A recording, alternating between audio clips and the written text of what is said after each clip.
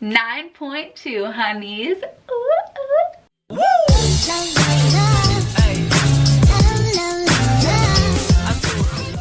Hey guys, it's Emmy. If you're new to the channel, welcome. My name is Emmy. I'm a certified nutritionist and I'm the creator of the Slim on Starch program, where myself, Dr. Catherine, and Coach Kiki coach you so that you can lose weight on a plant-based diet while eating as much food as you want.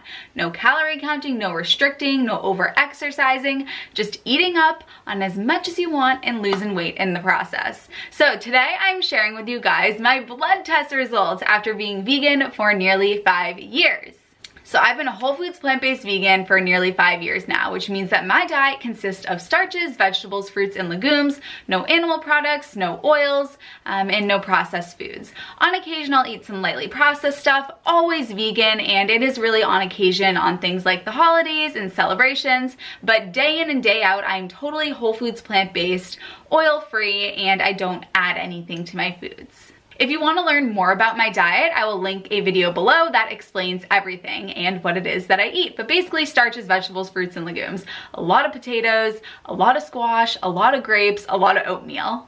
A lot of food, and I don't count calories. I don't promote counting calories unless you are doing it and you're happy, then keep doing what you're doing, but I personally don't restrict. I eat as much as I want and I love it. So I'm sharing with you guys my blood test. Now I want to talk about why I'm doing this video. I'm simply doing this video because I posted on Instagram after I went to my annual physical and got my blood test results that they were all perfect, and I got a ton of messages of people saying, please do a video on this, please do a video on this. I wasn't planning on doing this video. I just got a lot of requests to do it. It was just my annual physical and I went and got blood work. Why I'm not doing this video is I'm not doing this video to prove anything. You know, you guys know I'm not the pushy vegan. I'm not the person that's like, you need to do this, you need to do that. I say to each his own. If what you're doing works for you, then keep doing it. I'm just sharing what my blood test results are. And I'm also not doing this video so that it will excuse you from going and doing your blood work or going to your annual physical or having the care of your doctor. If you eat the same way that I do, just because my blood test results are a-okay, that doesn't mean that yours will be. So if you do eat a whole foods plant-based diet, please don't use this video as an excuse to not get blood work. Please keep an open and honest relationship with your doctor and make sure that you get all of your tests done. I really, really do mean this, honeys. Please take care of yourselves and don't just rely on one YouTube video to make you think, oh, I'm good, I'm fine. So anyway, I just wanted to disclaim that, and let's get into my results. All right, so I went for my annual physical just like I do every year. That's why it has the word annual in front of it. And I asked for blood tests, and I also asked for a couple of other blood tests because I do eat a vegan diet. On a vegan diet, there are a couple of things that you want to make sure that you ask for. And if you are a younger female, there's one other thing that you want to make sure you ask for. So I asked for my comprehensive metabolic panel, and I also asked for vitamin B12, vitamin D, and TSH. The reason why I asked for vitamin B12 and vitamin D is because if you are eating a vegan diet, you're gonna want to make sure that you're supplementing with these, or that you get your tests, you see that you're good to go, and you're good to go. So the vitamin B12 in particular, you're probably wondering what this is. Well, vitamin B12 is a bacteria, and back in the day when we drank from the streams and we ate food right from the ground without sanitizing it, we got our B12 because it's a bacteria that exists in the soil. However, due to proper sanitation, which is a good thing, we don't get B12 from the water that we drink and from the produce that we eat. And the only way to get B12 through eating is through eating animal products, because the animals eat the soil, they get the bacteria, and that's how they have the B12 in their meat. So as a vegan, what you have to make sure you do, or a vegetarian, and honestly what everybody should do, because about half the people that have B12 deficiencies are meat eaters, is make sure that you supplement with vitamin B12. The vitamin B12 that I supplement, I have linked below, and I actually have a discount if you want to use it. If you want to get 20% off, you can use the discount Emmy20 and you can get your vitamin B12 there. But in any event, that is why I asked for that. I also asked for vitamin D because sources of vitamin D, the high sources of vitamin D are animal products, and I don't eat animal products. So I just get my vitamin D from the sun. And I had been supplementing with vitamin D, and then to be completely honest, I got a little bit lazy about it. And so that's why I wanted to make sure that my vitamin D was okay. And it is summertime, which could explain why my vitamin D is okay. So surely in the wintertime, I will be very, very good about making sure that I supplement my vitamin D. And then the last thing that I asked for as a younger female, I'm 24 years old, is I asked for my TSH. So you're probably wondering what that is. And that is your thyroid. Young females are very susceptible to having issues with their thyroid, and it will affect your weight. And so I just wanted to make sure that my thyroid is okay and good to go, just to be safe. And so I asked for that as well. And if you are a young female, I highly suggest that you ask for that. Specifically, if you're having issues with weight, it really could be related to your thyroid. So ask for your TSH levels. All right, and then like I said, I asked for my comprehensive metabolic panel, which is just all the basic stuff. So yeah, let me pull up my results and we'll go for it. And I'll also flash them on the screen. All right, so let's start out with the juicy stuff. Let's start out with protein. As a vegan, where do I get my protein? Do I have enough protein? Let's see it. 7.4, honeys. I nailed it. So you're probably wondering, as a vegan, where do I get my protein? Do I eat lots of tofu? Do I eat meat replacements?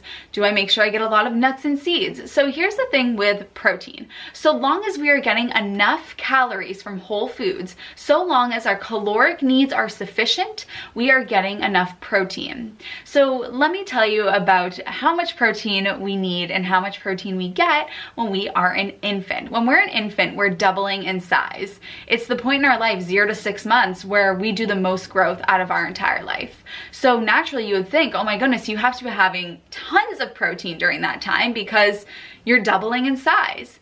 The only thing that you are eating at that time is your mother's breast milk. So what? Breast milk has to be like packed with protein, right?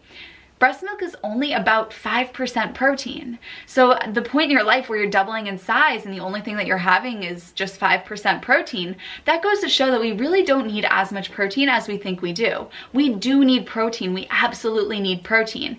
And the way to make sure that we get enough protein is to make sure that we get enough calories. There actually does not exist a medical term for protein deficiency when you are eating enough calories. Now, if you're not eating enough calories, kwashiorkor marasmus is the medical term for protein deficiency when you're not eating enough calories. So if you're not eating enough calories, you're not going to get enough protein. But if your caloric needs are sufficient on whole foods, you are getting enough protein. There's no need for us to focus on tofu, protein powders, or any crazy stuff like that.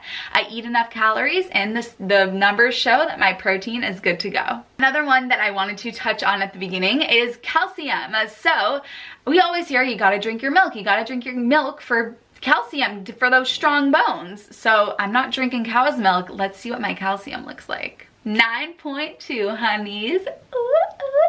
All right, so how the heck do I get calcium? Do I drink lots of soy milk? Do I take a calcium supplement? The answer to both those questions is no. As it turns out, our calcium needs are not as high as we think that they are. The RDA, the recommended daily amount, is about 1,000 milligrams. However, I will attach a study by Dr. John McDougall, an article rather, by Dr. John McDougall that talks about the fact that our calcium needs aren't as high as we think that they are. And there's an upper limit of about 500 milligrams that is sufficient for how much calcium that we get in a day. Great sources of calcium are dark leafy greens and beans and edamame, and if you're nervous, you can have some fortified foods with added calcium like tofu and soy milk. I mean, you look at the soy milk and it says like 4 times the calcium of cow's milk on it.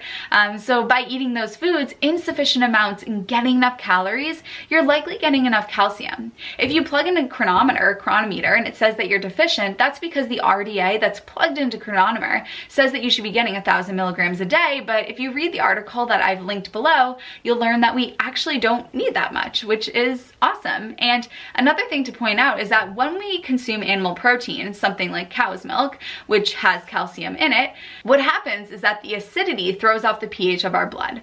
And in response to that, our bones have to release something alkaline in order to balance the pH of our blood. And unfortunately, our bones end up releasing calcium when we consume animal protein.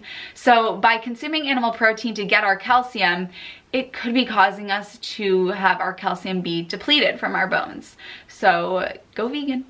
That's about as pushy as I'll get. All right, I'm just gonna read through the rest of my blood test results here because they were all perfect. So sodium was perfect, potassium was perfect, chloride, CO2, creatinine, glucose, albumin, protein, calcium, alkaline that's a tough one. Alkaline phosphatase, bilirubin, AST, ALT, BLT, globulin, EGFR, an ion gap. Okay, and then let's go over my B12 and my vitamin D. Oh, and I'll show you my TSH too. Those are fine. I'll show you those as well. All right, so my vitamin B12 was sitting at 578, which is right where it should be, between 211 and 911. So that is perfect. That shows that the vitamin B12 that I'm using is working.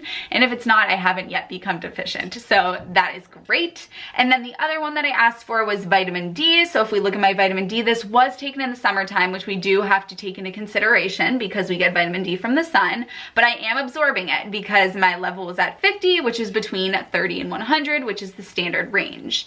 And then the last thing that I want to show you guys was my TSH, which is my thyroid, which was at 1.41, which is right in the standard range. And then I also have on here, I will also pull up my blood pressure and my resting heart rate. I believe those are on here.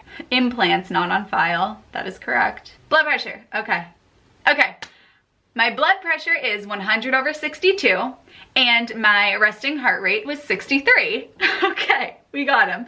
Let me take a picture of that so that we have it. All right, honeys, so I hope that you enjoyed this video and that it was helpful to you if you are on a whole foods plant-based diet, or if you're looking into it to know that you can be healthy as a horse when you are doing so. So I hope you enjoyed this video and I'll see you in my next one. Woo!